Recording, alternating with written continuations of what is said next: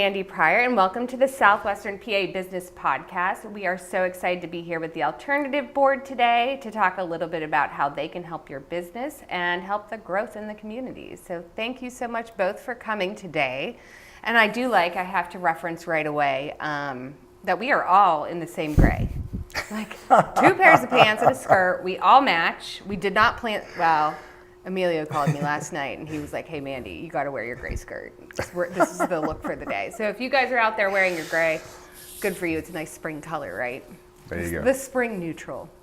So welcome to the program today. How are you? I'm doing very well, thank you. Do you want to introduce yourself to everybody out there? Sure. My name is Sigi, Loya. I am the owner of the Alternative Board in Pittsburgh.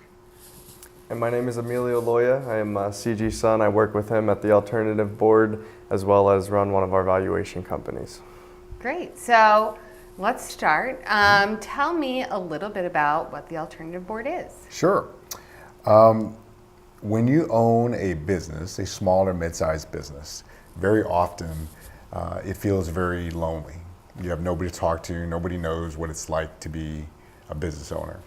So what we do is we bring together business owners and we sit them on a board, kind of like a board of directors. So it really should be called the Alternative Board of Directors. And we meet every month in person and we talk about common business issues. But within the meeting, every owner gets to bring up their most pressing business issue. It could be anything from marketing to HR.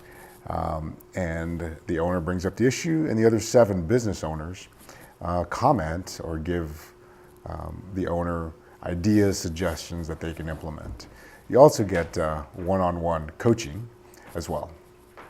And so these business owners, what types of industries are they typically in? It's everything. We're business agnostic. So I like that, big business agnostic. Anything from manufacturing to an accountant to a lawyer. I mean, because we don't come in and try to help them in the weeds of their business. So for example, if a lawyer comes to us, they're not asking us about legal cases. No. They're asking us about the higher level things like human resources and marketing and finance. And so we try to keep the issues at that higher level so that the other owners can relate and help. Yeah, because I'm sure that every business owner, though, they can seem so different. They all have some core things that they're all have issues with. I mean, in this day and age, especially employment, especially, running the day to day. And it doesn't really, I mean, topically it does matter to them what they have issues with, but from an expanded viewpoint, it's kind of like, well, you have this, this, this, and this, so. Right. It also depends on where one is in the life cycle of the business. So for example, if I drew a timeline from the years 0 to 3 or so, the main issue that they have is marketing or sales, because they need customers because they don't have any customers. And only 3% of the population are natural salespeople. Therefore, 97%. Only 3%? I didn't know that. Correct. I believe that. Therefore, 97% are not. And yet, you own a business where you need customers and you don't have any employees, and all of a sudden you have to go out and sell. So that can be very daunting for many people. Well, it's kind of, I mean, from my experience in the past when I was younger, nerve-wracking to go out and sell something at first. I agree. I'm in that 3%, so I've never found it challenging, but I've been doing this long enough to where it is very, very challenging for most business owners. And most of the people we work with they're not 21 right out of college, right? They're usually in their late 30s or 40s when they start their own business. And what's interesting is, let's say they came from corporate America and then they know their craft and they decided to leave, or maybe they got let go and now they're starting their own business.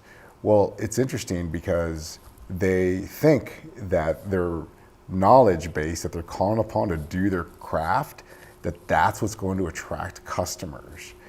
And that's like phase 2. Phase 1 is you just have to get an appointment with a customer. And that's the part that really is humbling to most business owners.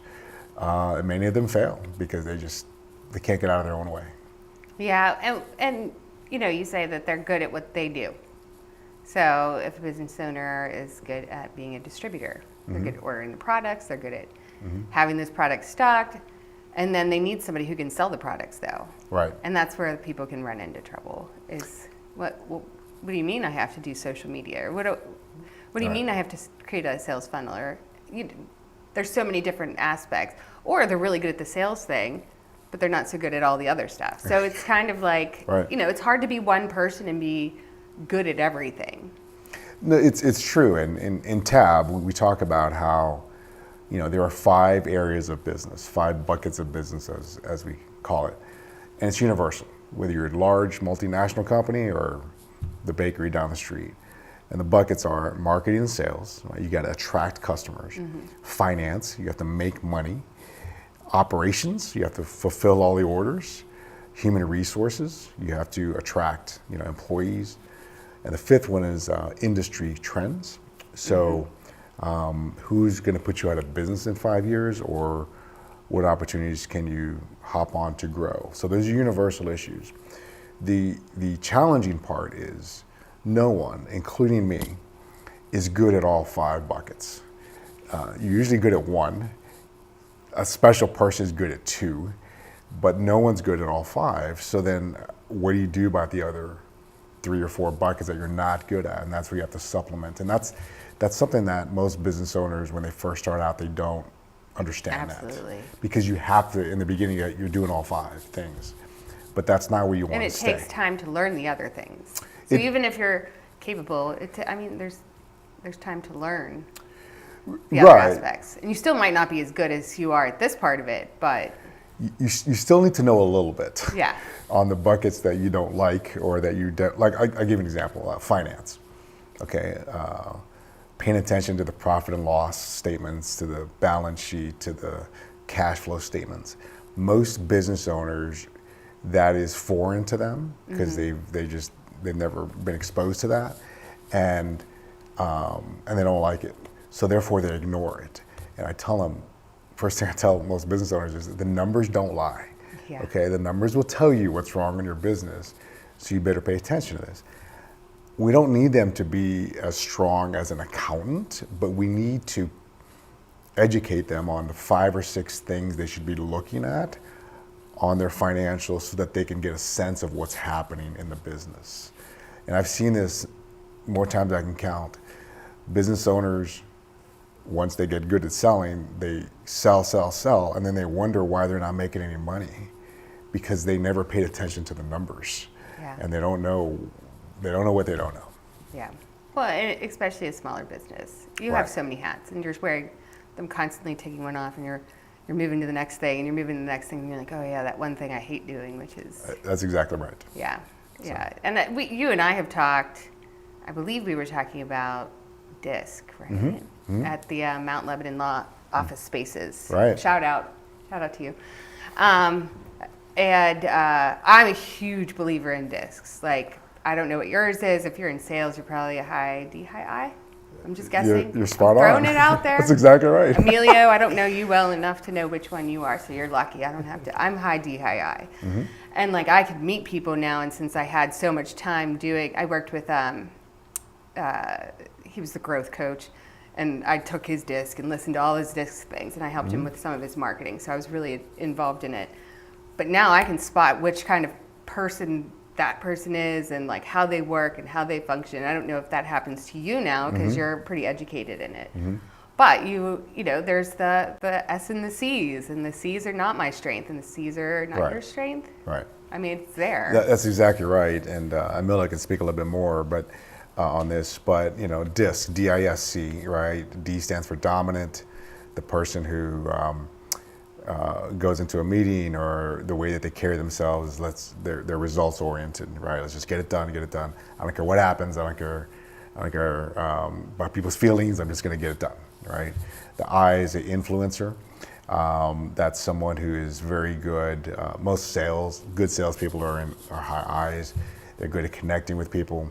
They're good at explaining complicated concepts down to the nitty gritty, the most important things. An S is your checklist follower, stands for steadiness. Thank you for being around. Your front desk person who has to be totally organized and keep you on track, probably a high S, and a C is a conscientious. So that's your very, very analytical person. So my wife is a high C. We're complete opposites. Maybe that's why it works well together. Right. But I know Emilio is actually going through the DISC certification process, so you can start teaching this. I don't know if you want to. Yes, I'll be certified to teach it. But what's important about DISC is, you can take the test yourself and kind of understand how you go out and communicate. But it's more important to understand how you're perceived by others, so that you can change your message based on the personality type that you're talking to be more effective in your communication. So that's what I've been seeing. Especially rolling DISC out, to the tab members as well. Yeah, it's important. I mean, even as I'm running a chamber of commerce, like there's so many different personalities. Right. Luckily, I kind of grew up with being surrounded by that, so I kind of feel who the person is and how I should approach. I'd never approach different people the same way. Mm-hmm. Everybody's so different.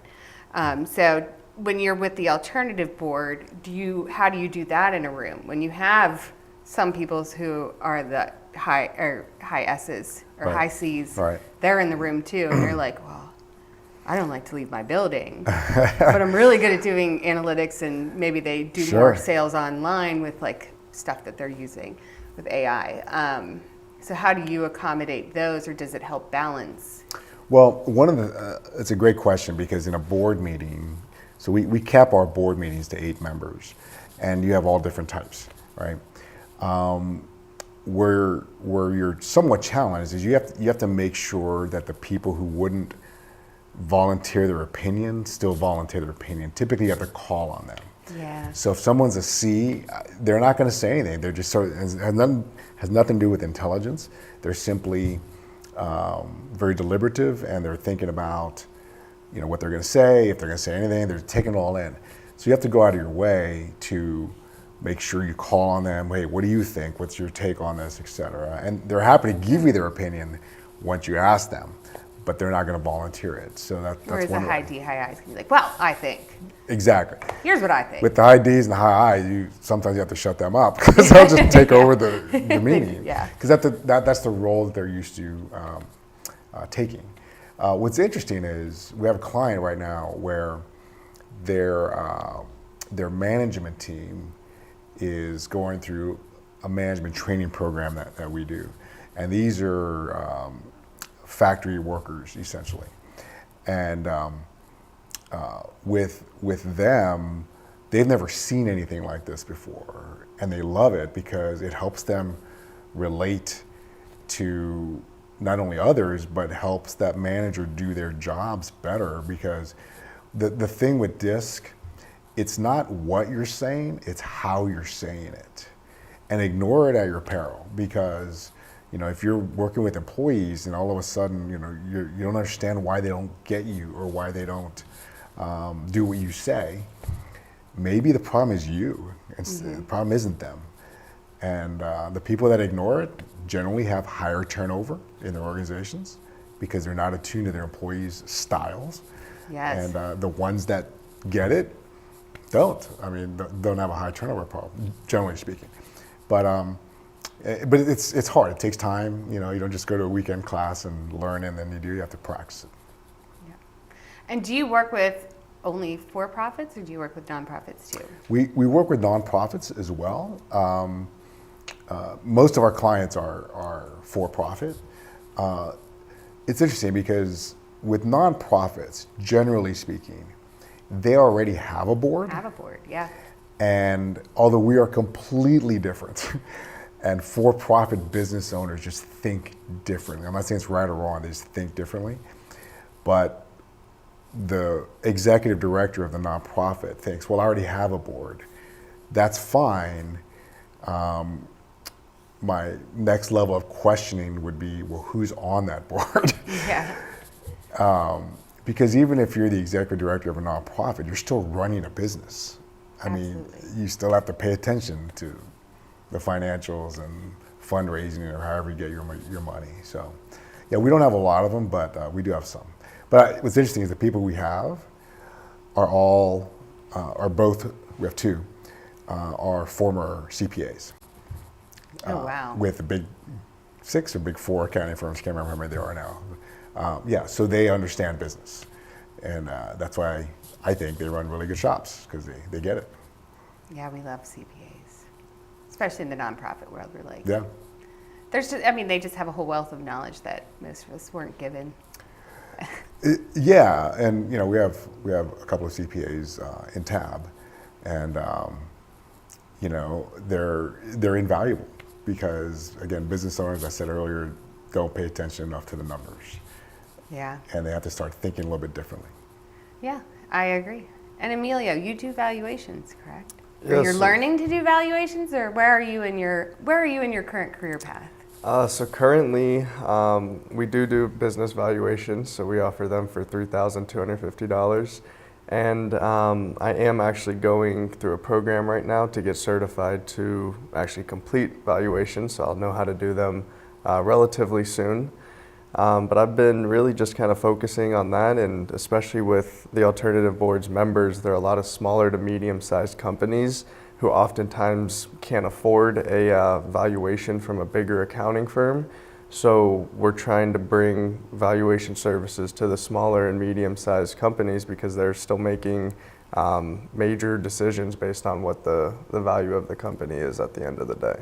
And so what are the benefits for a company to get a valuation? So a lot of people, when you hear business valuation, jump to a sale of a business. I think Shark Tank. Yeah, exactly, right along those lines. But since we've started the valuation practice, there's been a vast majority of other reasons that have come in. So one being insurance purposes. So valuations are good to kind of dive into a business and see which areas you might be underinsured or properly insured.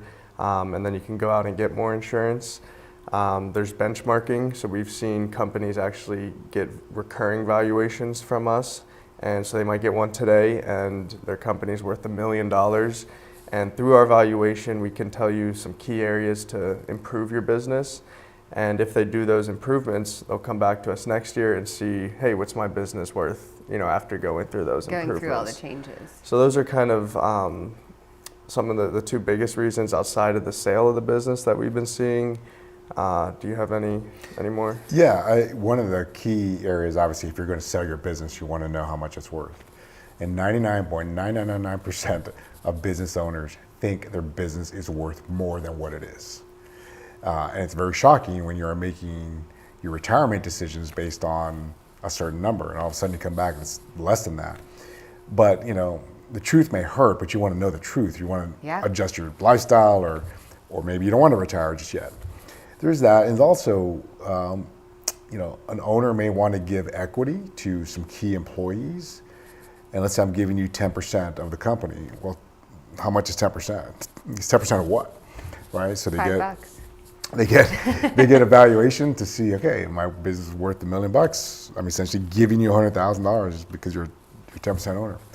But we didn't start out looking to start a valuation company. I would sit in the TAB meetings and I would just hear these owners.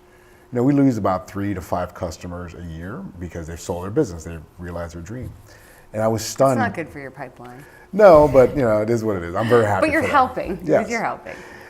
And I was amazed at how many of them didn't get evaluations. So they would get one offer to buy their business and they would just take it. And in the business sale business, there's a saying that if you have one offer, it's like having no offers, right? So let's say your business is worth $1 million and somebody comes in and offers you, $900,000 or $800,000. If you don't know your business is worth $1 million, you might just take it and you're walking away from a lot of money.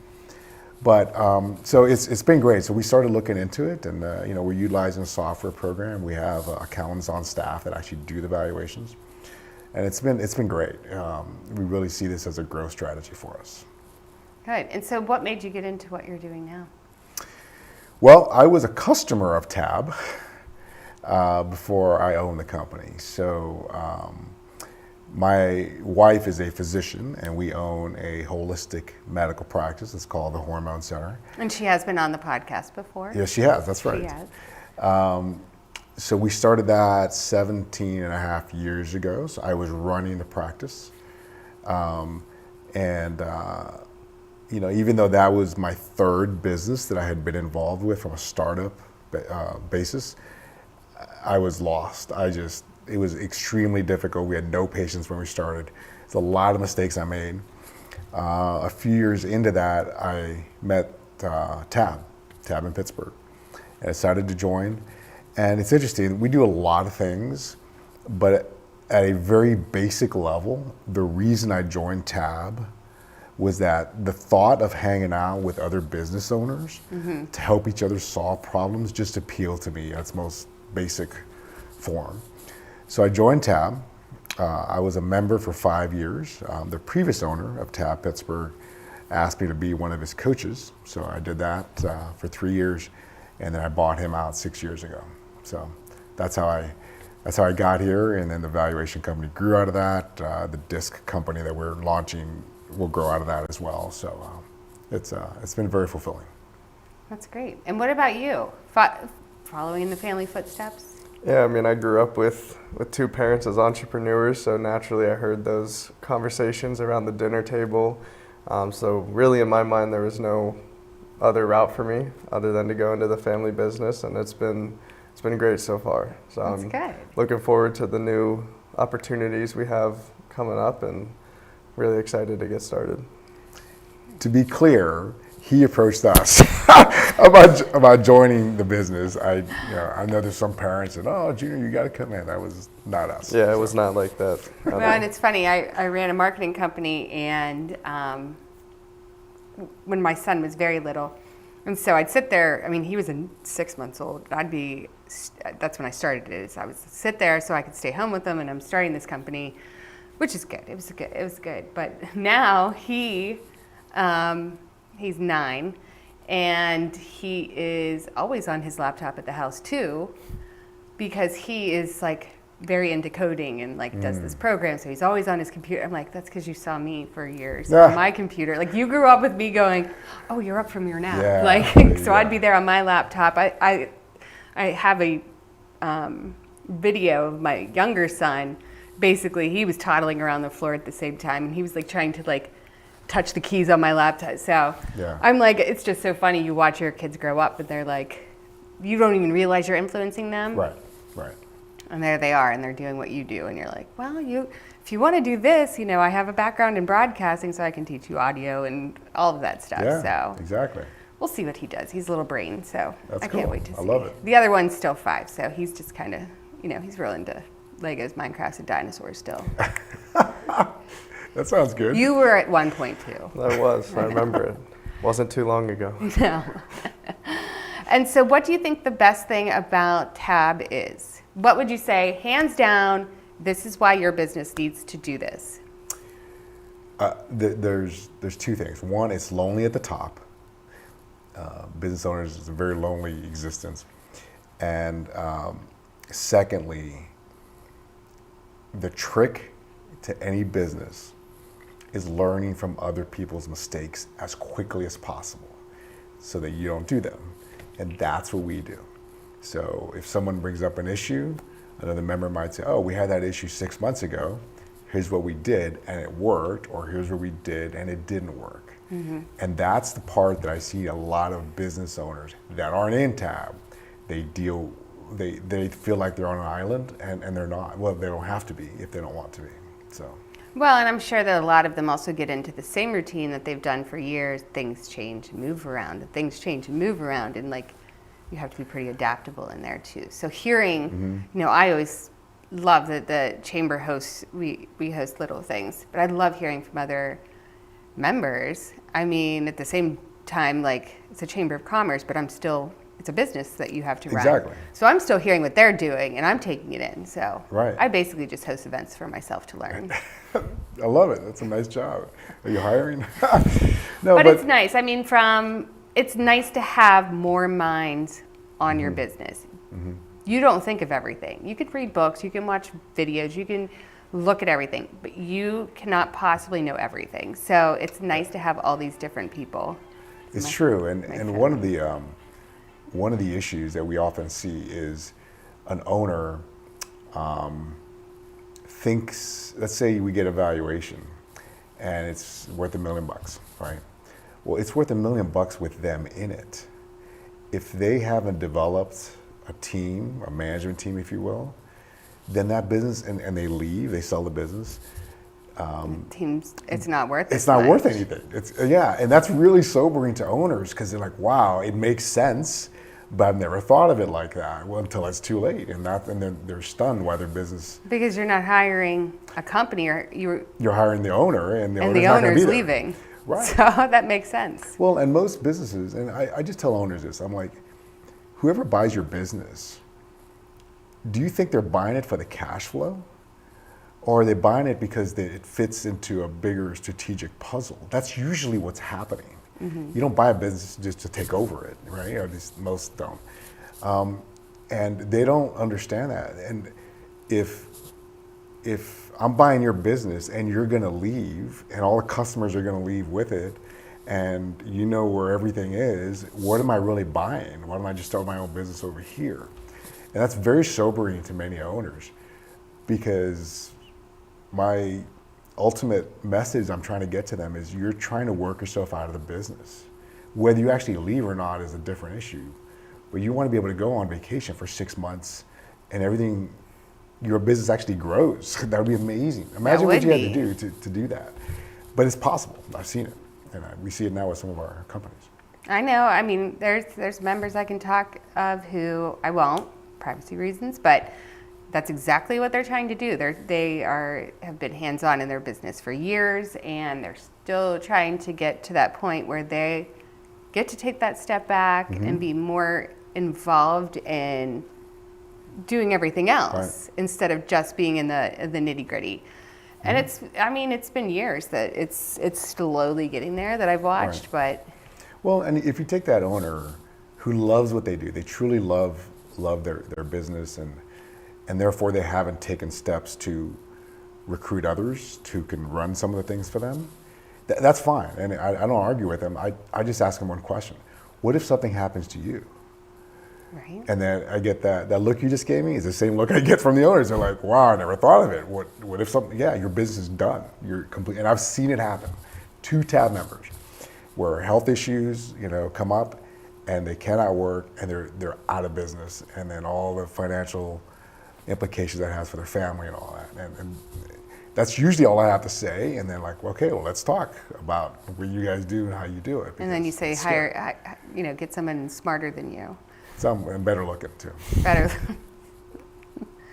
Yeah, I mean, it's in nonprofit world. It's always hard to make moves like that. But when you're running a for-profit business, you have to be strategic and you have to be involved in the growth of the company. But right. You're right. You'll burn out. You can't just run it on you. Right. Exactly. So what about you, Emilio? What would you say to a business who is coming? You're like, all right, this is why you have to do this. Mm-hmm. Well, I'm actually on one of our tab boards, so the solopreneur board. But I would say, like he was saying earlier, it's lonely kind of on that island of entrepreneurship, and sometimes, you don't even know what the issue is that, you're working on or even trying to solve, but just having people who are in the same position as you, running small businesses, they might be going through different issues than you are, but at least they're in the same boat. That can just be reassuring, at the end of the day, and sometimes that just helps you, get through that day. So that's what I've found to be the biggest benefit since I've joined the tab board. Good. Well, it sounds good. I think more people will be interested, and this helps with marketing and getting your name out there. Mm-hmm. I know people don't know about it, so if they knew more, that they would definitely look into it, at least for their business, especially now with things being a little bit rocky in our economy.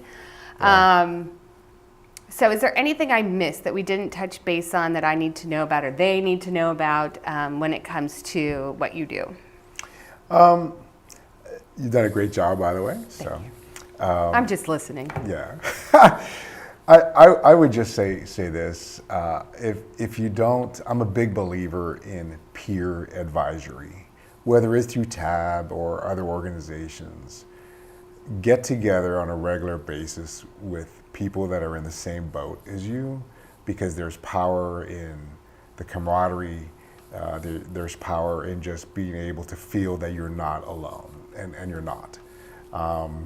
And that's what I would encourage really anybody to do, but certainly business owners as well. Because one of the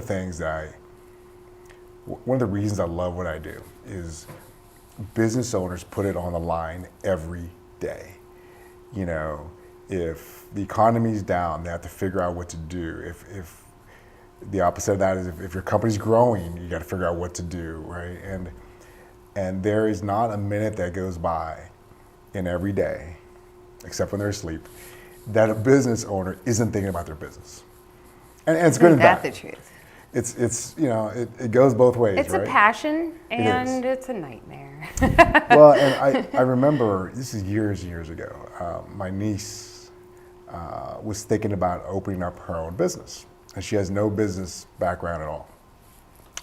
And I asked her, my sister wanted me to talk to her about it. And it's not my job to tell people they should or shouldn't open up a business. But I simply asked her, I said, before you open up a business, how strong is the fire in your belly to own a business, to be in business for yourself? Because it better be burning red hot, because it's really tough and really rewarding, sometimes from 1 hour to the next, right?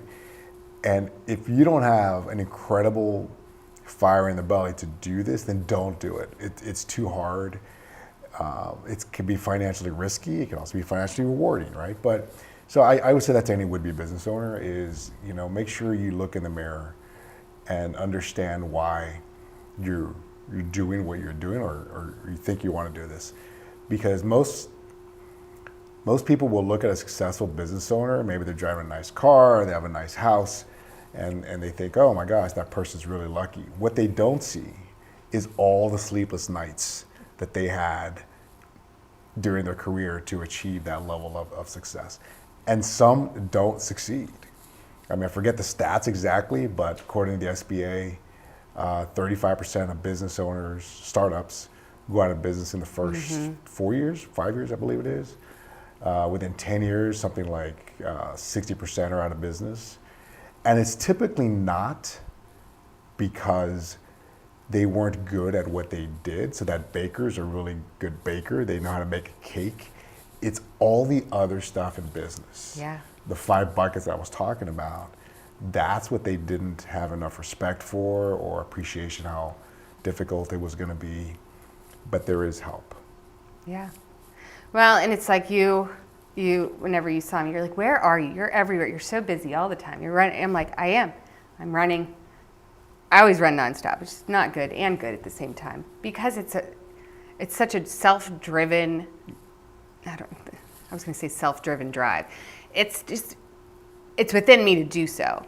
Right. I see the vision. I see where it should go. I see what needs to happen. I see all the different aspects, and then, you know, things will shift, and then you're like, okay, well, I'm shifting over here, and I'm seeing what needs to happen here. But it's, you know, I'm a very self-motivated person. You know, I always thank my children because they made me very self-motivated and to be a self-starter, start my own business, move into what I'm doing now.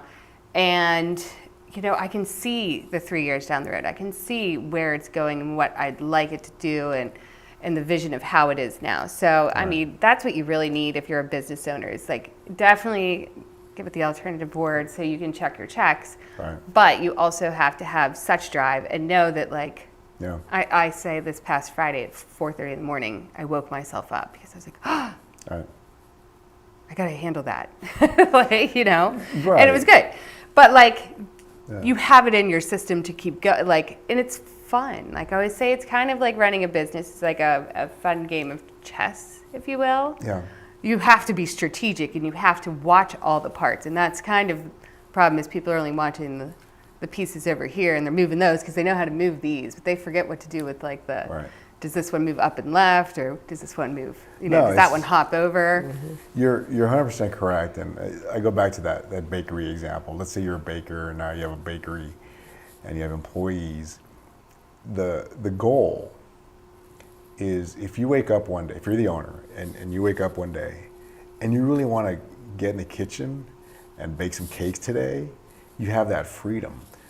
But all of a sudden, the tasks of the business have become a I want to do this versus I have to do this. Yeah. And once you get to that point, that's really the holy grail. That's a nice place to be. It takes a while to get there, but it's entirely possible.